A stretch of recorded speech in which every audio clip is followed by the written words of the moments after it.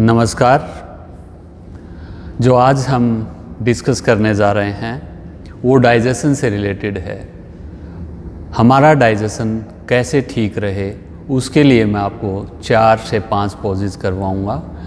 तो आप उनको अगर अपने डेली रूटीन में करते हैं, हर रोज़ करते हैं, तो आपका डाइजेशन बहुत अच्छा रह सकता है।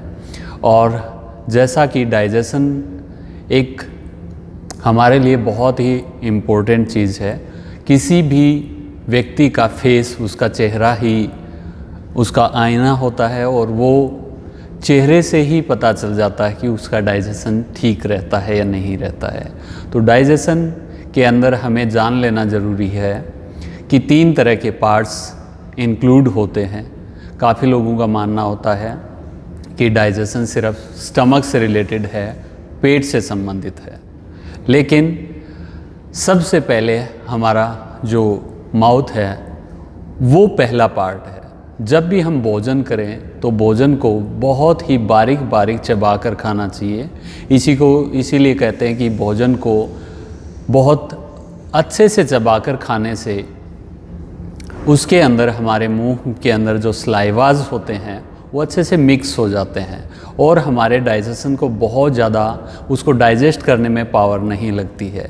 तो सबसे पहला स्टेप है, हमें अपने भोजन को चबा चबा कर खाना चाहिए। जैसे ही हमारा भोजन हमारे लीवर के अंदर जाता है, लीवर के अंदर वो धीरे धीरे डाइजेस्ट होते हुए हमारे लार्ज इंटेस्टाइन और स्मॉल इंटेस्टाइन की तरफ चला जाता है। और ये दोनों जो हमारी इंटेस्टाइन्स हैं, ये भोजन के अंदर से न्यूट्रिशंस वैल्यू को निकालने का काम करते हैं।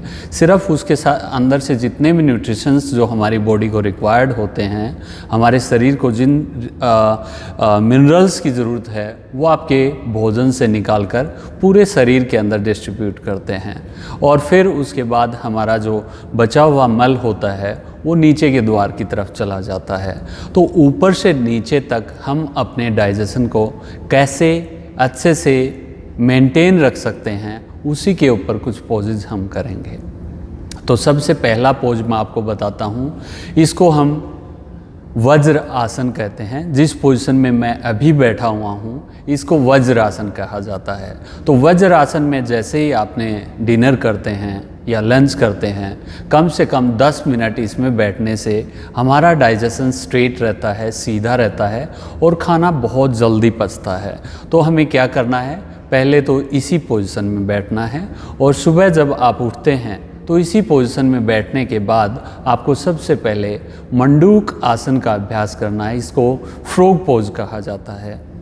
मंडूक आसन करने के लिए प्रॉपरली आप इसी पोजीशन में बैठेंगे।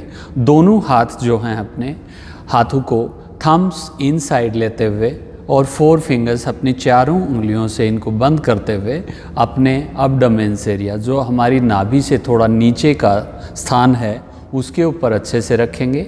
और इनहेल एक्सेल का खास ध्यान रखना है। श्वास को सबसे पहले भरना होता है और फिर श्वास छोड़ते हुए धीरे धीरे फॉरवर्ड बेंड करते हुए आगे की तरफ जाना है। और यहाँ पर कम से कम 10 सेकंड के लिए होल्ड करना है। इनहेल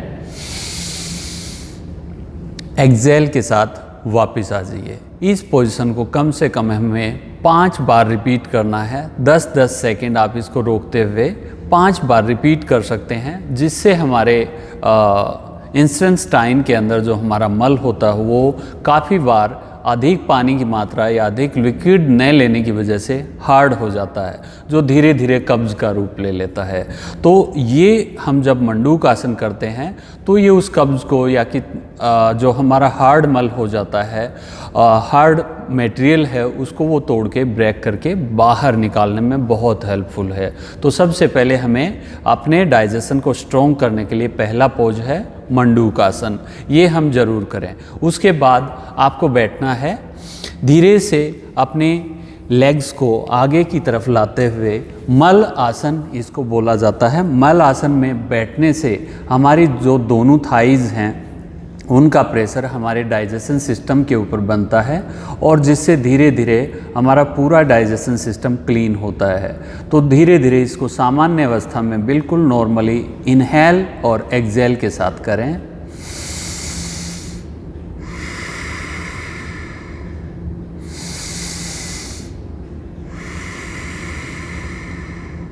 इस तरह से आपको मल आसन का अभ्यास करते हुए कम से कम इसी पोजीशन में 5 मिनट तक बैठने का अभ्यास करना है। और जिन लोगों को आर्थराइटिस है, घुटनों की किसी तरह का प्रॉब्लम है, वो इस आसन में न बैठ पाएँ तो उसके लिए आप एक मर्जरी आसन का अभ्यास कर सकते हैं। मर्जरी आसन एक कैट पोज की तरह, जिसको काउ पोज भी कहा जाता है, उसकी तरह हमें मर्जरी आसन का अभ्यास करना है। उसके लिए आपको धीरे से अपनी दोनों नीज़ के ऊपर आना है। इस तरह से हम अपनी नीज़ के ऊपर आएंगे और बिल्कुल सिंपल अवस्था में इसी पोजीशन में स्ट्रेट रुके रहेंगे। श्वास भरते हुए इनहेल के साथ फ्रंट साइड देखना है आगे की तरफ और कम से कम 10 सेकंड श्वास को रोकना है। श्वास छोड़ के एक्सहेल, होल्ड करना है। फिर से इनहेल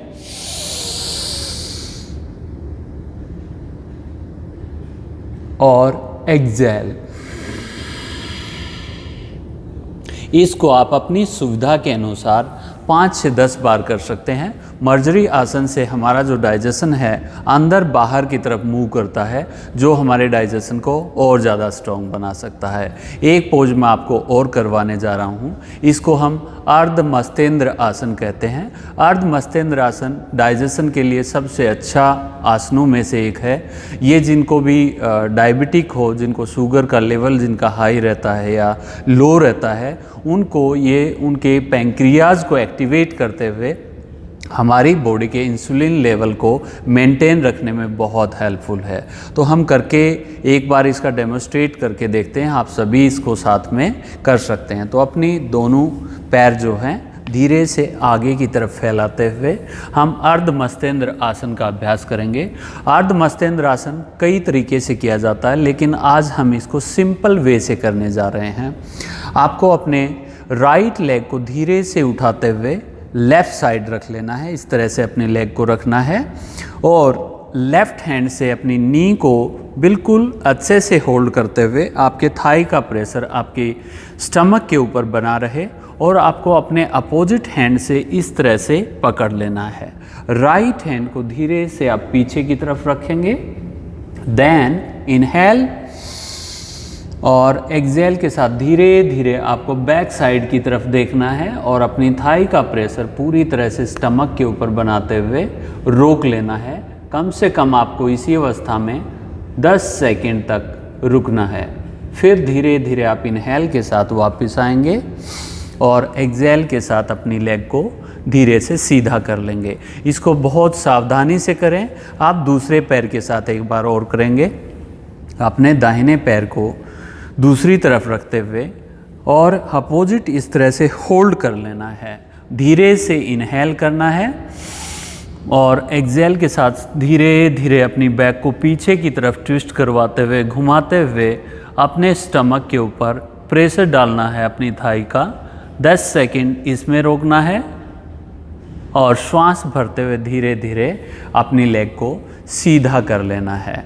इस तरह से हम अपने डाइजेशन के लिए कुछ पोजेज का अभ्यास करें। आप इनको सुबह सुबह कर सकते हैं और इसको किसी भी एज का व्यक्ति कर सकता है। इसमें बहुत ज़्यादा हार्ड आसन नहीं है। बहुत आराम से आप अपने डाइजेशन के लिए इन पोजेज को करिएगा। आगे के पोज आगे वाले सेशन में हम करेंगे। खुश रहें, स्वस्थ रहें। धन्यवाद।